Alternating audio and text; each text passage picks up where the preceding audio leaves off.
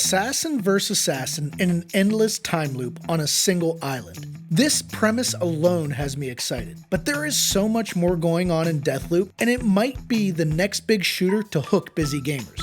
Now, the idea of repeating sections of a game over and over can usually be a drag for us, but Deathloop presents some great ideas and isn't a true roguelike. It's a murder puzzle, as the developers once described it, and it looks great. So here is everything we think busy gamers should know about Deathloop. Welcome back to No Time Gamer. We provide reviews, tutorials, and more for the busy gaming life. In Deathloop, you play as Colt, an assassin stuck on an island called Blackreef that is trapped in an eternal time loop. The inhabitants of Blackreef created the time loop so they can live out their fantasy of throwing a never-ending party. But this is one shindig you are desperate to get out of. The key to escape is to kill the 8 leaders on the island before the day resets. But there are 2 problems that you will need to solve. First, the 8 targets are spread out across the island.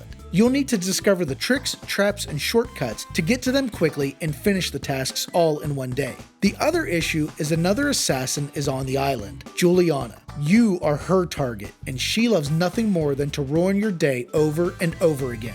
Let's start with Julianna. For busy gamers, she's a unique feature to Deathloop. In normal single-player action, she is an NPC roaming the island looking to put a bullet between your ears. But if she is controlled by a human, she could be even deadlier. That's right, if you allow it, Julianna can be an online human player. This will probably be the first option I will turn off, at least on the first go through the game. The last thing I need is a player who has been through the game 6 times, crashing my good time and resetting my loop. But once I'm good and accustomed to the game, this could be a fun option, especially if you have a friend playing as the other assassin. Plus, it would be enjoyable to hop into another player's game and see if you can mess with their run. The other big worry a busy gamer could have is the time looping aspect. Roguelikes and looping games can be a drag, but Deathloop is different. It does force you through the same areas repeatedly, and you will progress further by upgrading your character. But Deathloop is much more of a puzzle. The key isn't just killing everybody you see, but finding the right paths and triggers to kill your targets efficiently or in close proximity to each other. New weapons and power-ups will help, of course, but it's the cause and effect problem solving that will give it a unique twist. And Blackreef is divided into 4 areas and 4 different times of the day.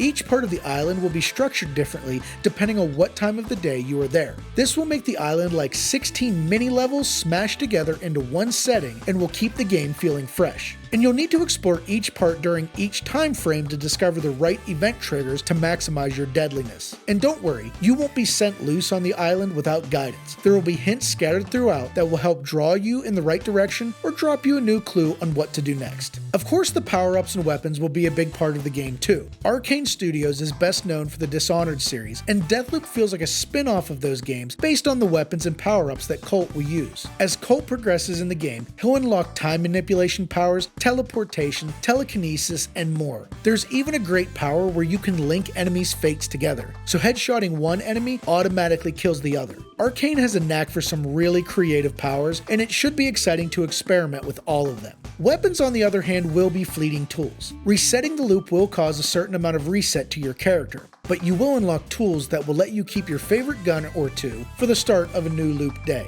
With the weapons shown off for Deathloop, I'm okay being forced to try new ones because the arsenal looks fantastic. Busy gamers should find a ton of options and character setups to play with that keep the game interesting and worth diving into again and again.